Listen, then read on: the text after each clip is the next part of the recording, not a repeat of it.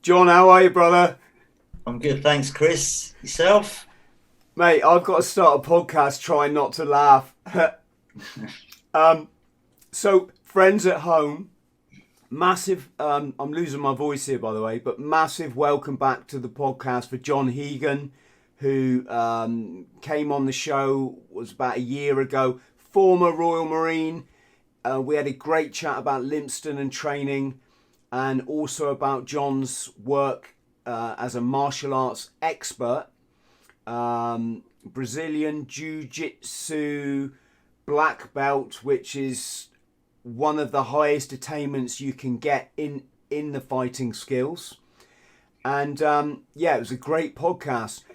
Today, we're this is something slightly different. You see, I played a bit of video there at the beginning. This is just a fun story that John and I wanted to chat about, guys. We're not trying to mean anything by it. We're not trying to claim anything. It's just a bit silly. But John's put this video together as a joke, and things got a little bit out of hand. Let me just go back, John, and play another few seconds, and then I'm going to ask you to explain. And then, friends, I'll play the whole video at the end of our chat. So if you haven't got time, fast forward to the end. But we're only going to chat for 15 minutes or so. So don't think we're going to keep you for 2 hours or something. Here we go again.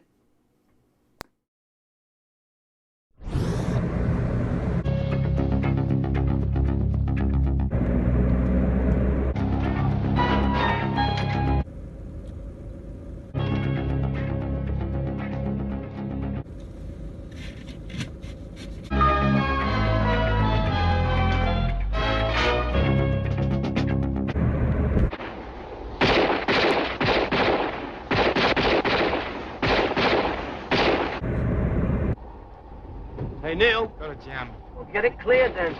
Neil, Yeah, where's Colonel Hadley? Hadley, I think he's at the killing house. Thanks. All right.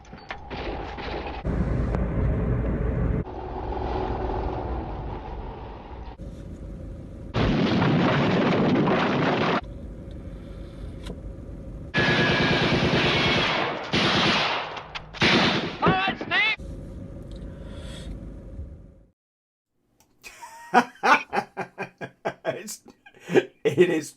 It is a bit freaking funny, mate. Friends, you probably realise I just played you it all. Then why not? So you at least know what we're talking about. And now that's it. You can disappear and go and have an absolutely wonderful life. Not listening to two old bootnecks banter on. But so what happened, John? So obviously, I teach martial arts, and you try various sort of marketing strategies. And one of them is, lots of Facebook. So I was doing lots of, I don't know if you remember the Holston Pills adverts, where they're kind of mix old films with a comedian sort of doing his thing, and so it looked like the film, but with the comedian. So I'd done a few things like that. I did one with The Godfather. I did a similar thing with Basic Instinct, if you can imagine those kind of things. So that was, did it work? It was an attempt at marketing, maybe a poor one, but one of them was that. And from our generation, Who Dares Wins is a classic, and a lot of us can quote the script. So I did that. I put it on Facebook, I put it on Instagram, and I thought it was reasonably funny. So that was it, really. Just sort of forgot about it. And So just to clarify, John, for our friends at home, that the footage you saw is from an incredibly famous military film. It's probably one of the most famous of all time, or it certainly is to our generation. It's Who Dares Wins, starring Lewis Collins, who people, if you want to do a search engine on the professionals, there was Bodie and Doyle. He was Bodie. Yeah. He was also, I believe, T.A. Para. Guys, put it in the comments and correct me, but he certainly had connections with Hereford, and he certainly allegedly did selection, and then was told you're too high. Everybody knows who you are. This was the rumor. Friends, put it beneath, because one of you guys will know more than me.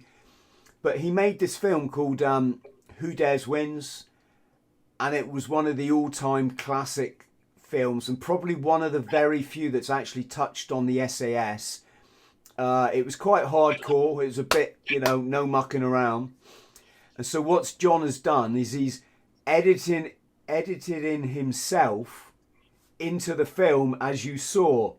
But I'm guessing, John, you were just driving around the countryside? Yeah, I just thought it'd be quite funny. So did some filming, and that was it. Yeah, just cut it together with an iPad, nothing sophisticated, and put it out there, and that was it. Just sort of got forgotten about, got a few laughs. So anyway, I've been teaching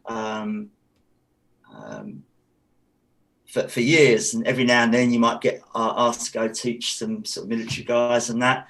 And I had a contract with the US Air Force. I used to go to Milden Hall, teach those purely jiu-jitsu. So one of the things it's important to mention, you got this thing with like unarmed combat, military forces. But at the moment, the military, there's certain guys that just want to do jiu-jitsu.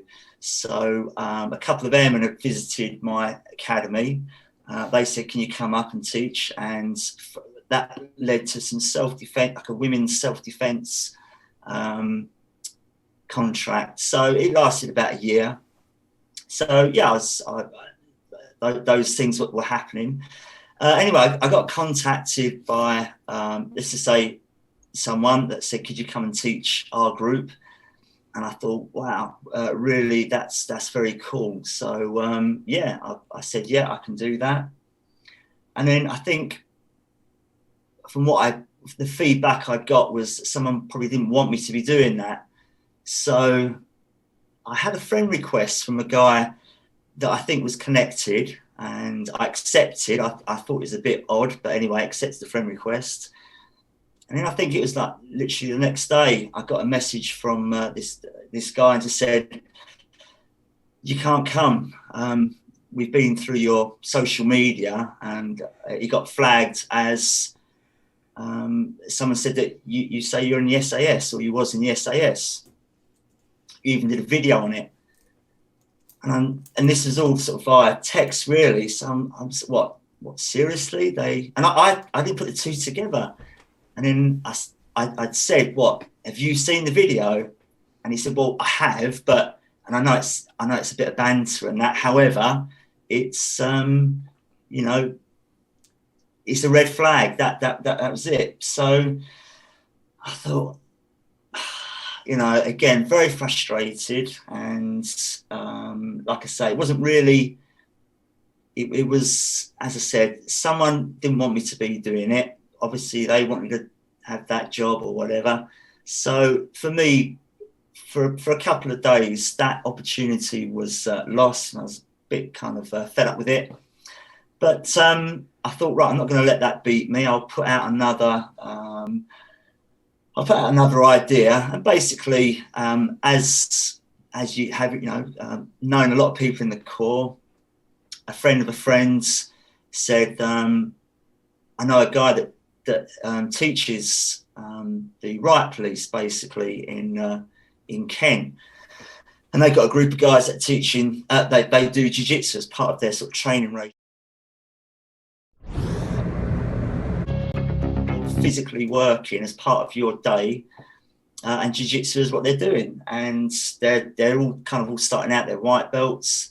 Would you go down and just do a session? So I was like, yeah, I can do that.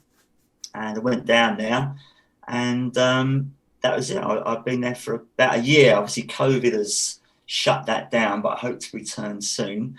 So again, I'll be, just to add, I'm not teaching the right police how to do right training. This is purely Gracie Jiu-Jitsu, Hoist Gracie Jiu-Jitsu. But they love it, and a lot more opportunities have come via that than I think this other, the other sort of job. I think the other job maybe it would have been just a one-off, but this has been a consistent thing now for a year, and really enjoy it.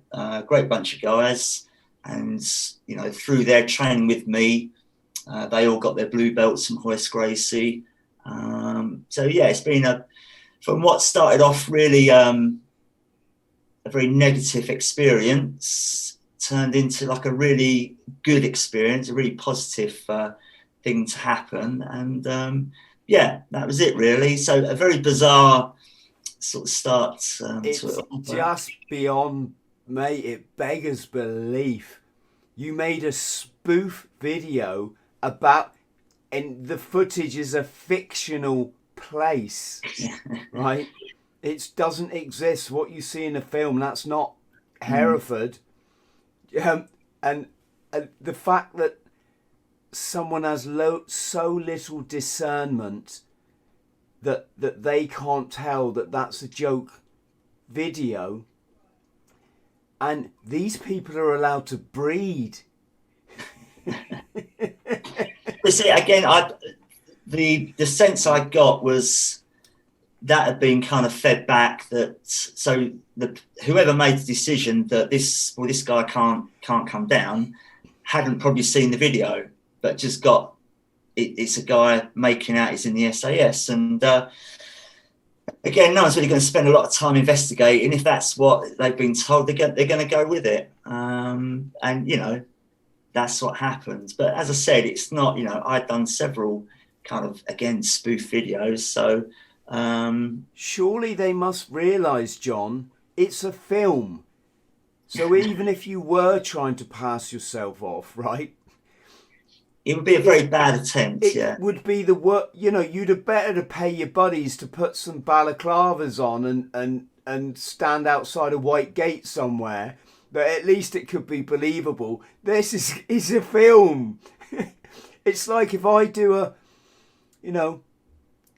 if I put my uniform, well, I haven't got a uniform, but if I put a military uniform and then I'm standing next to E.T., it's like that's like a film, guys. E.T.'s a film. I'm not trying to claim that I get it on with aliens, but no, it's crazy. Why have people become so stupid, or were they always? This is a regular thing now, isn't it? This self-righteous trying to fiddle in other people's lives based on what you perceive. I think I said this to you earlier. It's like, I've had someone come out the woodwork and say, why is anyone listening to this guy, i.e. me, right? He's clearly a complete fraud and he's never done anything. And I did a little video about it, John, because I want young people to realise, don't conduct your life like that. It just makes you a bellend. Calling other people out when you've got no idea. What you're better to do is go to a search engine on the internet and type their name in.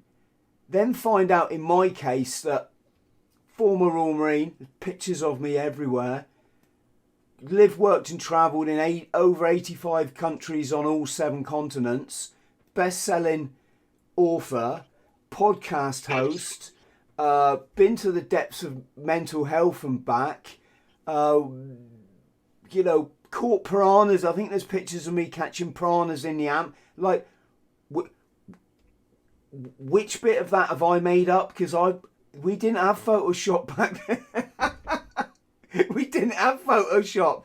And now the notion that I could host a show on the internet and talk to all these wonderful people and I hold my own, John. Do you know what I mean? It's not like I don't know what I'm saying. And yet I want young people to realise, please don't be like that. You don't you don't get anything from it. All it says to the world is, I don't really like my life and I'm uncomfortable with myself, so I'm going to go and attack complete strangers whilst not having the intelligence to actually find out about the person I'm attacking first. And we also need to point out, because veterans are, you know, some veterans, not most veterans, are absolutely wonderful in the community, but you do see some veterans attacking others. And I saw a post, I think it's the Royal Marines Club or one of the Facebook groups I'm in, and the guy had said, has anyone been let down by a fellow ex-bootneck? And I was expecting probably won't get much feedback from that. And there's a huge list of, you know, this guy done this and this, you know. And, you know, I'll be honest, I've been very lucky. Pretty much everyone I've been connected with, you know, has helped. You know, I've got several guys that have done, you know, nice things for us over the years. Certainly, I've got a guy that trains with me at the moment. You know, can't do enough to not help me, but again helps the club. And if he's helping the club, he's helping everyone within the club. And some of that has been, you know, introducing me to these people. One of them was, you know, this guy Dan down at the Right Training Centre. So, you know, I've had a very positive experience, but that one back then was, you just thought, why would you want to do that? You know, I kind of knew why, but I thought it was a real shame. But I don't know, it by trying to do, you know, not help me, it's actually helped me more in the long run. So I almost wanted to say, you know, thank you for mugging me off there. But there you go. So yeah, so I had a similar situation. I've got to be a bit scarce with the details, but basically for reasons I won't go into, I was on sick leave from work one time. It's back in the days when I had to have one of those things called jobs, which I wouldn't wish on my worst enemy. No disrespect to people who've got great jobs. I envy you, but I've never actually... I've had a couple of jobs that I like, but most of them was just working for idiots, if you ask me. And this particular one, which was massively working for idiots, I was on sick leave, right? And I put a photo on my social media of me at the pub. Now, in this day and age, people must understand that sick can refer to a whole variety of mental and physical conditions, the vast majority of which don't stop you going to the pub, right? And it was a summer's day, and I had my shirt off, and I was having a pint, and it was great. And of course, I'm also an author, so it's not like I'm just randomly posting. I mean, I only post to social media about my career. I don't do the personal thing. I'm just not. You know, my life's not that interesting to put online for people, and certainly my meals aren't, unless people are passionate about plant-based diet or the occasional bit of tuna. But it's like the petty-mindedness that people had gone away and gone, oh, he's on sick leave, but he can go to the pub. That was nothing to do with why I wasn't even sick. It was that the union had told me, just get out of work. You're in a toxic environment. Get out of there, right? And and off the back of that, they put me on a disciplinary. Like I got, you know, the warnings and once again, because these people were incompetent, it worked out in the same in your case, John. It worked out in my favour, and let's just say I did really well out of it. It meant I've never had to have another job again off the way that they then had to recompense me. Yeah. But yes, we need to remember, John, don't we, that we're in a mental health crisis. Not not just off the back of this stuff that's all gone on recently, where people have lost their livelihoods, they've been locked up, they've not had their family and friend connections.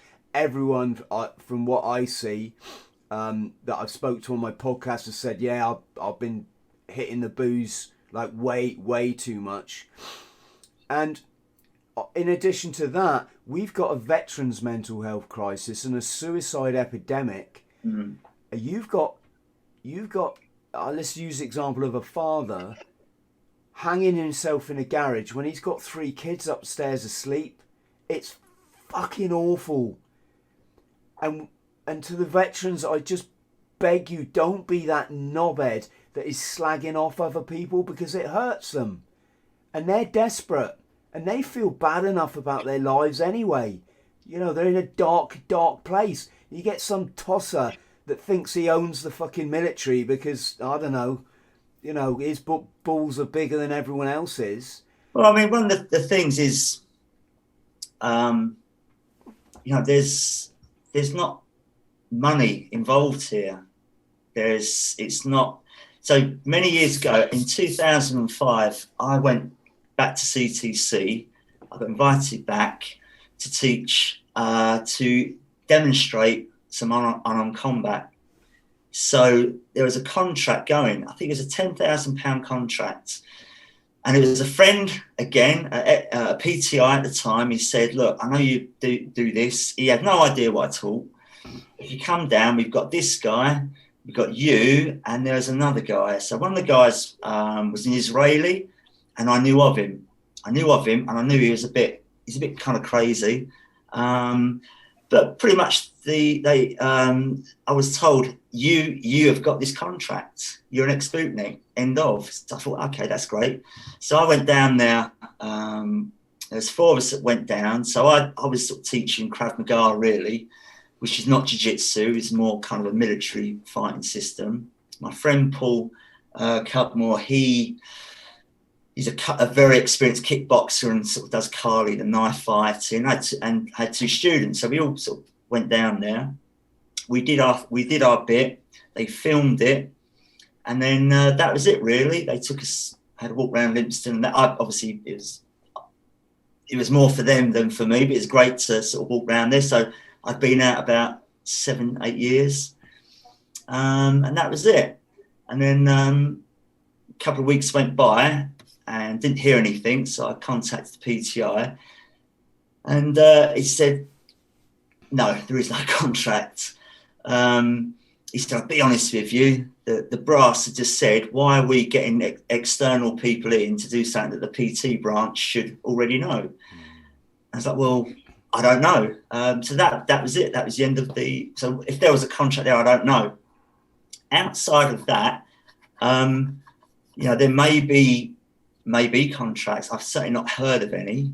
I know enough people in places that would say, well, if there's a contract there, it's not going to be £100,000 a year sort of deal. So quite often people like me, if you get that opportunity, you do it because you want to do it. It's a great sort of and again, even if you have to sort of keep it under wraps and that, then fine, you do it. But yeah, I got to teach the FBI a couple of years ago, and again I put that on Facebook, but I'm not teaching the FBI how to do FBI is a hostage rescue team. I don't know anything about hostage rescue, but they did jiu-jitsu, and there was 2 blue belts, and they just wanted to roll with a black belt, and that's what we did, and a couple of other guys. So again, a lot of these things are for you know, an instructor. It's, if you're allowed to make it public, it's good publicity. But outside of that, you're not, you know, what it really was an opportunity that someone said, you can't have that opportunity. If there was money involved, then I could understand it. It's maybe a business, you know, that they wanted the deal.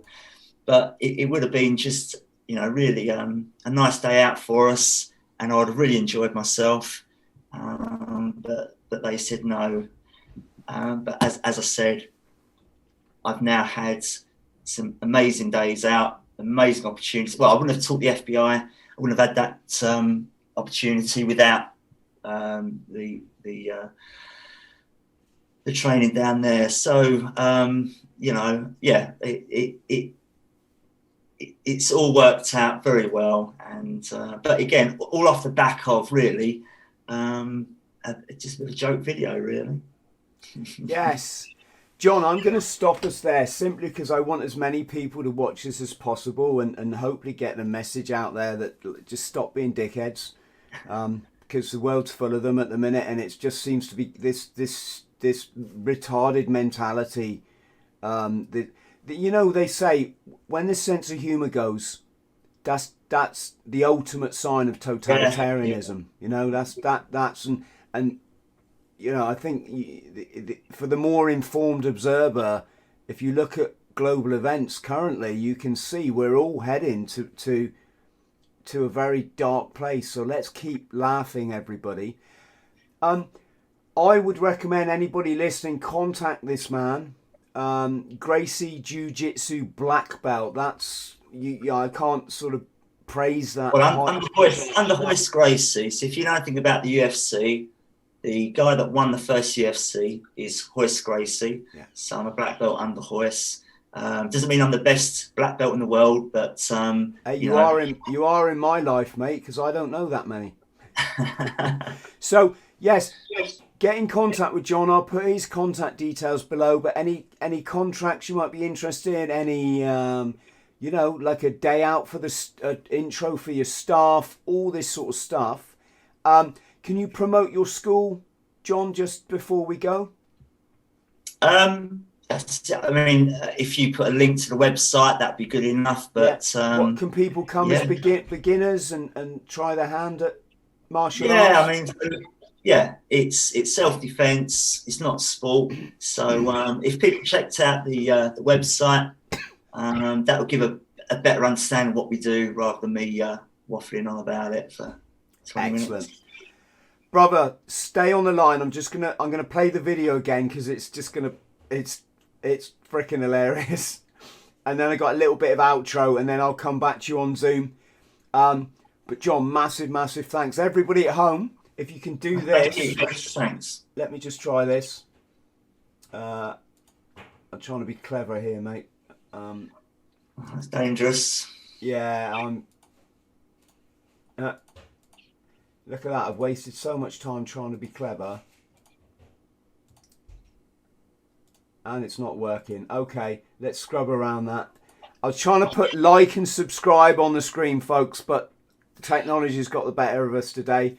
Let's have a look at that video again. But if you could like and subscribe, and we'll see you next time.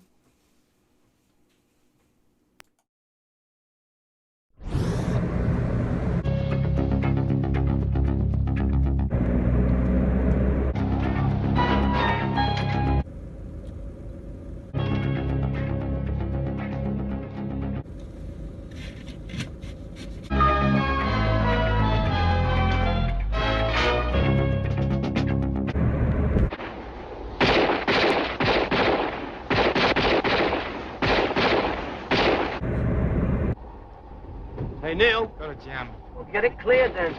Neil. Yeah. Where's Colonel Hadley? Hadley, I think he's at the killing house.